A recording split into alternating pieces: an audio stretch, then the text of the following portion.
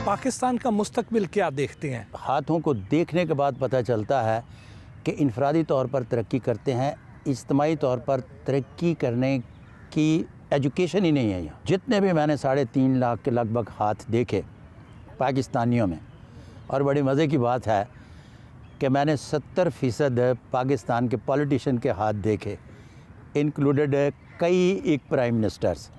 आज तक किसी ने नहीं ये पूछा कि इस मुल्क का क्या बनेगा।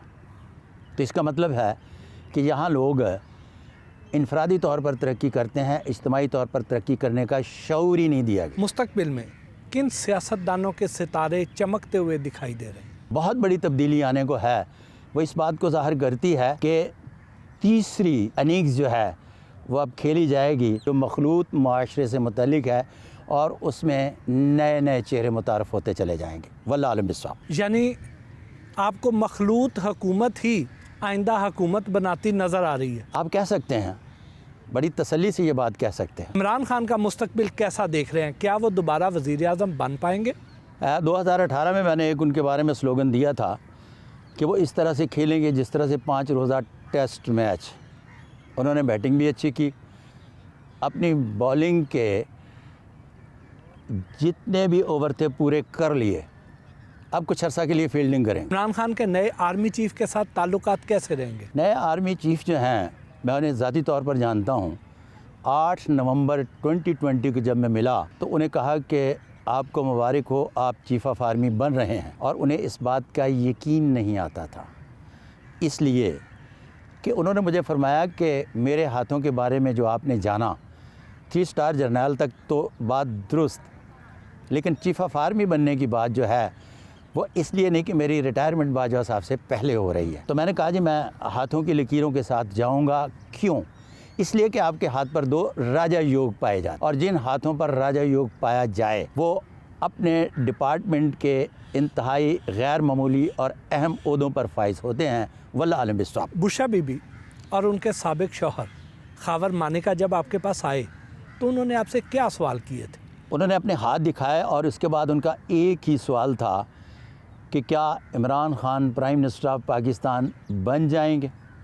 और उसका जवाब मैंने बड़ी तसल्ली से दिया कि मैं 1996 में फ़र्स्ट टाइम खान साहब से मिला, और तब मेरा एक स्लोगन था किंग मेकर का, और मेरा अभी तक किंग मेकर का चल रहा है। लेकिन मैं आपको पूरे यकीन से कह रहा हूं कि वो किंग बन रहे हैं। ये मैंने सिंपल सा जवाब दिया। नवाज़ शरीफ वापस आएंगे या नहीं? जब आप मियां मोहम्मद नवाज शरीफ साहब की बात करते हैं तो एक बात याद रखिएगा, मंझे हुए सियासतदान हैं। मियां फैमिली अपने तरीक़ेकार के तहत पॉलिटिक्स करती है, कर रही है, और कुछ अरसे तक करती रहेगी। वल्लाह आलम बिस्वाब। क्या नवाज शरीफ चौथी बार वज़ीर आज़म बन सकते हैं? मैं दुआ गो हूँ। यानी आपको नहीं लगता कि वो वज़ीर आज़म मैंने ये लफ्ज़ इस्तेमाल ही नहीं किया कि नहीं लगता।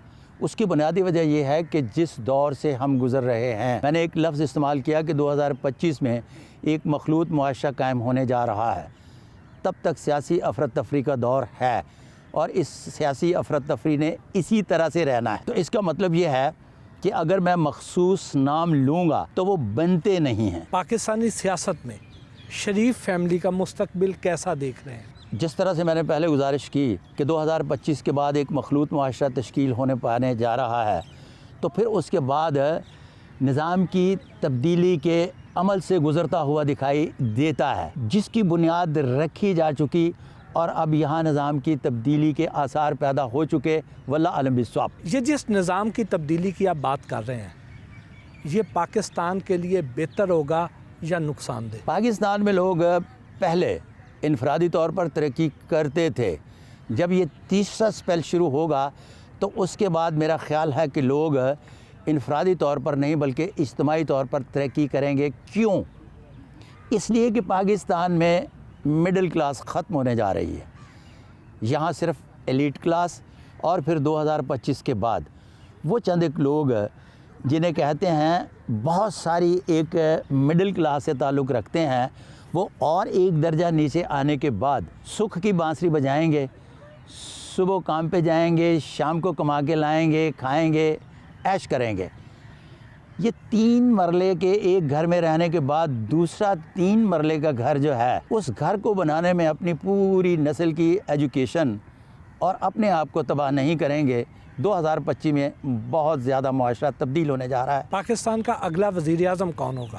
یس، پاکستان کا اگلے وزیر اعظم سیاسی افراتفری اور بے چینی اس بات کو ظاہر کرتی ہے کہ ابھی انتخابات اتنی نزدیک نہیں جتنا نزدیک آپ سمجھ رہے ہیں۔ پی ڈی ایم کا اتحاد مزید کتنا عرصہ اور چل سکتا؟ مجھے اچھی طرح سے یاد ہے کہ مجھے آفتاب شیرپاؤ نے بلایا اور کہا کہ محترمہ بے نظیر بھٹو ورڈ ہیں کہ نوابزادہ نصر اللہ کوئی نیا اتحاد نہ بنا لیں جس کی وجہ سے ہماری مدت پوری نہ ہو۔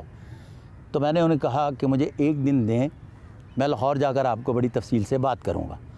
پھر میں نے انہیں لکھ کر بھیجا جو اب بھی ان کے پاس موجود ہونا چاہیے اور ہوگا کہ نوابزادہ نصر اللہ کو آپ آفر کیجئے گا، وہ کسی بھی جگہ ایڈجسٹمنٹ ہونے کے لیے اپنے آپ کو ذہنی طور پر تیار پائیں گے۔ اور انہوں نے کشمیر کمیٹی کی آفر کی، نواب صاحب نے وصول کی، اور اس کے بعد ایک پیر کا کہا تھا کہ نذرانے زندہ باد، ان کے بھی نذرانے زندہ باد ہوئے، لیکن ساتھ ایک لفظ لکھا تھا کہ اتحادوں کی پاکستان میں سیاست ختم ہونے کے باوجود بھی نصیب اپنا اس کا مطلب ہے کہ اتحادوں کی وجہ سے لوگ نہیں جاتے، نصیب کی وجہ سے جاتے ہیں۔ پرویز الہی اور چودھری شجاعت آئندہ اکٹھے چلیں گے؟ اب ان کے بھائیوں کے حوالے سے بات کرنا ذرا تھوڑا سا میرے لیے مشکل ہو جائے گا، کیونکہ میں بحیثیت لائق 1988 سے 2008 تک بہت قربت میں رہا۔ میرا خیال ہے کہ اب سالک حسین اور مونس الہی اپنی اننگز کھیلیں گے۔ مونس الہی کیا آپ کو وزیر اعلیٰ پنجاب بنتے دکھائی دیتے ہیں؟ مونس الہی کے بارے میں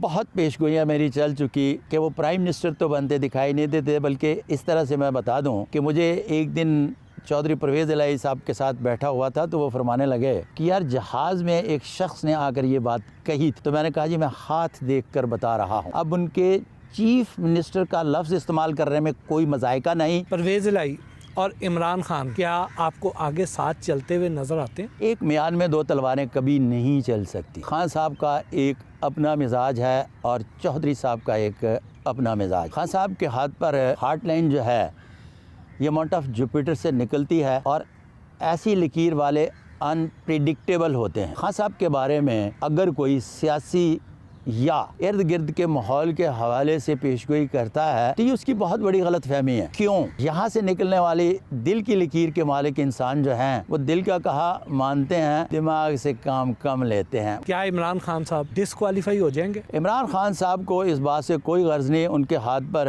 مقدر کی لکیر جو ہے بارہا مرتبہ ٹوٹتی ہے، پھر اس کے بعد 6 کے 6 ابھار نمایاں ہیں جسے راجہ یوگ کہتے ہیں۔ اس کے بعد ان کے ماؤنٹ آف جوپیٹر پر بھی راجہ یوگ ہے۔ تیسری بات ماؤنٹ آف وینس بہت اچھا ہے جس کی وجہ سے خواتین ان کی طرف راغب ہوتی ہیں۔ چوتھی جو ہارٹ لائن بتائی، اس کا دوسرا جب عنصر دیکھتے ہیں تو وہ بھی اس بات کو ظاہر کرتا ہے کہ ایسے لوگوں میں پیدائشی اعتبار سے اپوزٹ سیکس کے لیے جنسی کشش پائی جاتی ہے، جس کی بنیاد پر وہ خواہ کسی بھی عمر سے تعلق رکھتا ہو۔ اگر یہ علامت کسی بھی ہاتھ پر ہو تو بوڑھا بھی ہو جائے تو پھر بھی اپوزٹ سیکس اس کی طرف متوجہ ہوتی ہے۔ جو کیسز چل رہے ہیں عمران خان صاحب کے خلاف، انہیں سزا ہو جائے گی؟ کیا وہ جیل جائیں گے؟ اچھا، جب جیل جانے کی بات کرتے ہیں اور سزا کی بات کرتے ہیں تو اس کے لیے جن کے heart line mount of Jupiter پر جاتی ہے اس کے لیے بڑے جتن کرتے ہیں اور آخری حد تک جیل جانے سے بچیں گے، بچنے کے لیے 1000 جتن کریں گے۔ اگر ٹیلی ویژن پر آ کر کہتے ہیں کہ میں جیل جانے سے نہیں ڈرتا تو میں نہیں مانتا۔ مریم نواز اور بلاول بھٹو میں سے کون پہلے وزیر اعظم پاکستان بنے گا؟ اس طرح سے مریم نواز اور بلاول بھٹو پالیٹکس کرتے رہے تھے، اسی طرح سے پالیٹکس کریں گے اور کمال کی پالیٹکس کریں گے۔